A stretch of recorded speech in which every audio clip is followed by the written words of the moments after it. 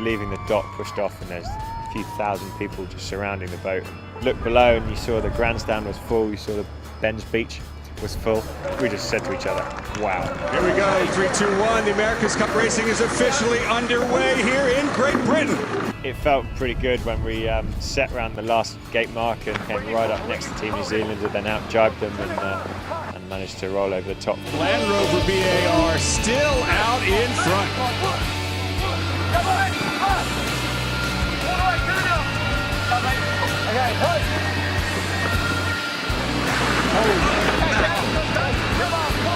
Ben Ainslie and crew, their first debut, and they have done it, winning race number 1 of the Louis Vuitton America's Cup World Series. The sailing team have worked really hard on and off the water.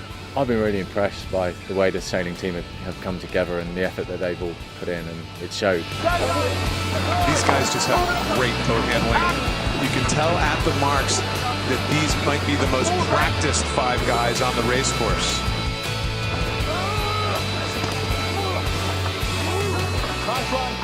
You know, we've been working hard on the fitness and we've been working hard on the boat handling, and for those two things to be the differentiators between the team and the things that made us win the regatta are obviously very pleasing, that we've identified the correct things and we've worked hard on them and they've made the difference in the end. Second upwind work in the second race, I thought Giles Scott, our tactician, did an incredible job. We overtook the Japanese, we got ourselves right onto the back of the French, and ultimately, critically, then got past the French on that final run. And all of a sudden there's been another pass where Ben Ainslie Racing has actually gotten through Team France into second place. Didn't really know it at the time, but proved pivotal with the overall win for us. Fantastic for the whole team. And still 1-2 for the day. It is Land Rover BAR. I was really pleased for the guys and obviously for the whole team, not just the sailing team, but the designers, the engineers, the boat builders, everyone involved. I think it gives us all a really good boost of motivation and belief that we can do this, and this can be a special team. Obviously it's a slight shame to lose the racing, and as you can see it's absolutely howling right now. My first thought today was actually a little bit of disappointment that we didn't sail. You know, all you need to do is look at the results board and see that you're on top, and everyone's ecstatic.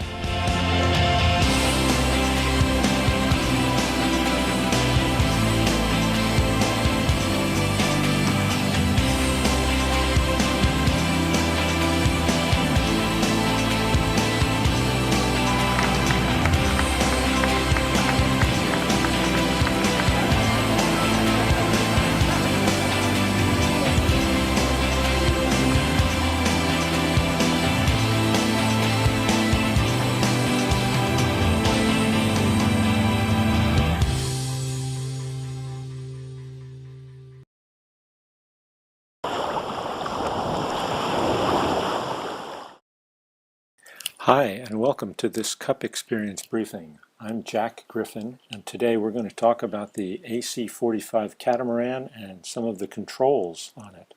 First thing we notice, there's a lot of strings that you can pull on this boat, and there are 5 crew members. Crew members are pretty easy to find. Here they are. We're going to take a look at what each of them does.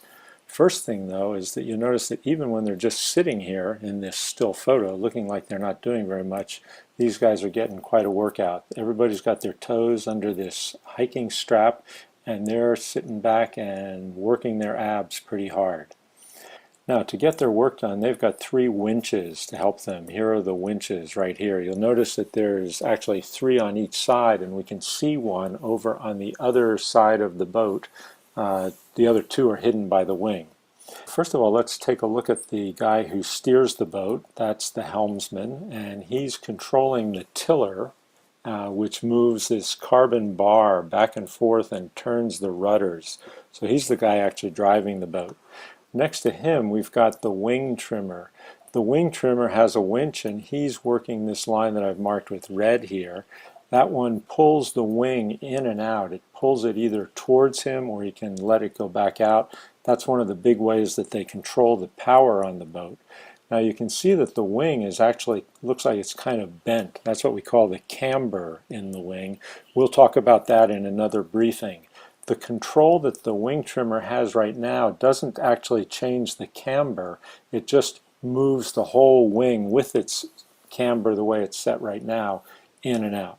Right next to the wing trimmer, we've got our next crew member. We're going to call his position the floater. Different teams have different names for the positions, but this is a fairly common name because this guy actually moves around the boat and does different jobs depending upon the maneuver we're doing. Right now, he has one winch that he's controlling, and he's got this line that I've marked with blue that goes back to the running backstay. That's this cable that goes up to the top of the mast and pulls back on the mast.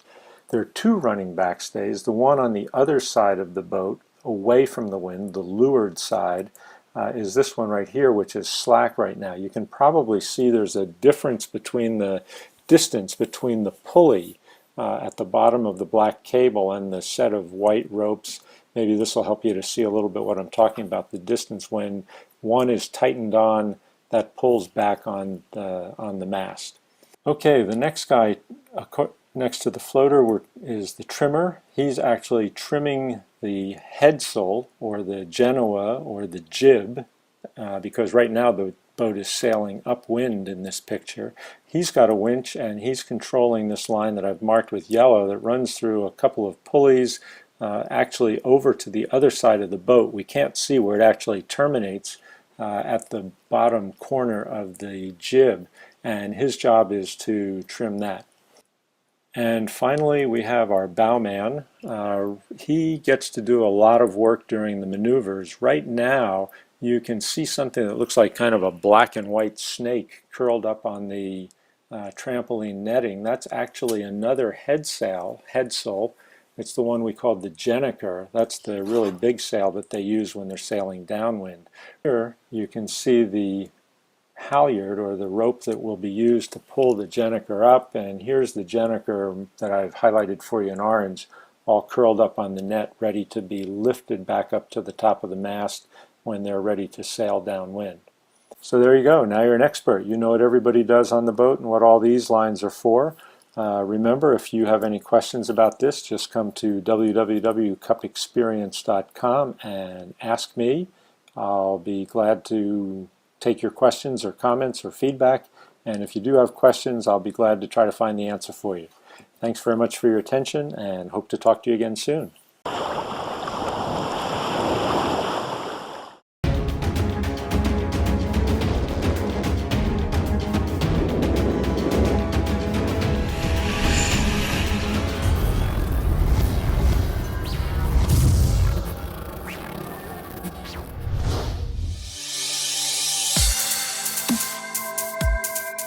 After a fruitless opening day where high winds caused the racing to be cancelled, the crews were eager to get out onto the water on the second day with a busy schedule ahead.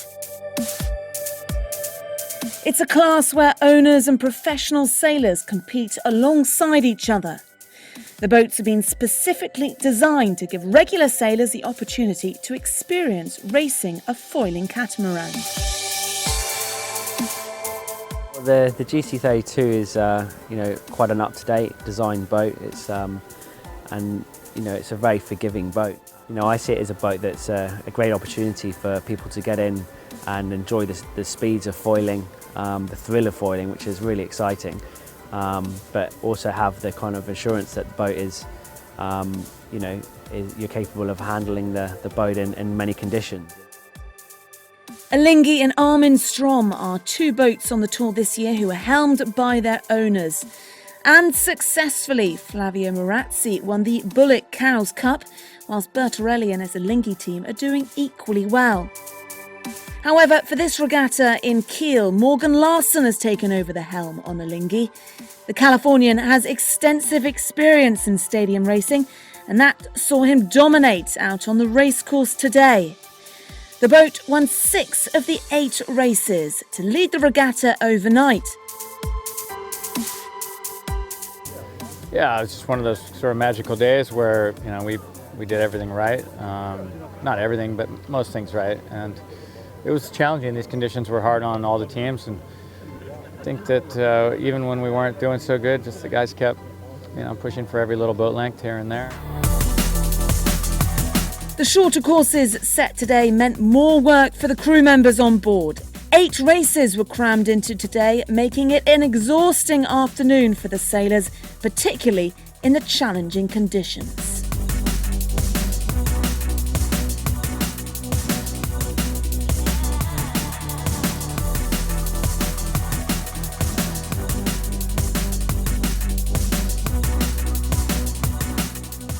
For us in Kiel, the race area is really small, and we have the wind is really gusty and shifty, and we have a lot of maneuver to do really quickly and with no anticipation. And for us, for the crew, it's really hard because we have to do a lot of work. The French boat had some trouble finding their pace at the start of the day, but they gradually improved, and winning the final race of the day, they sit second on the leaderboard, just in front of Sultanate of Oman, who had a solid, consistent afternoon. So 2 more days remain, and with lighter conditions forecast, the leaderboard could still very much change. Stay with us to find out who will be taking this year's Bullitt Kiel Cup.